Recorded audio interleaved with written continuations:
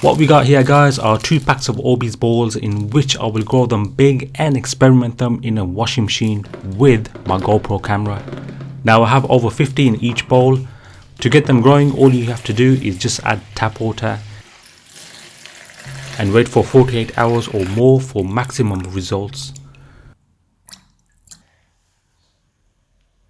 24 hours are gone and the water is getting sucked in those beads. So just keep topping up the water. And once they're done, they should look like this. You can use these Orbeez for any decorations or centerpieces, or simply have fun with them. They don't fade in color, they are non-toxic and non-flammable and safe to use. Let's get started.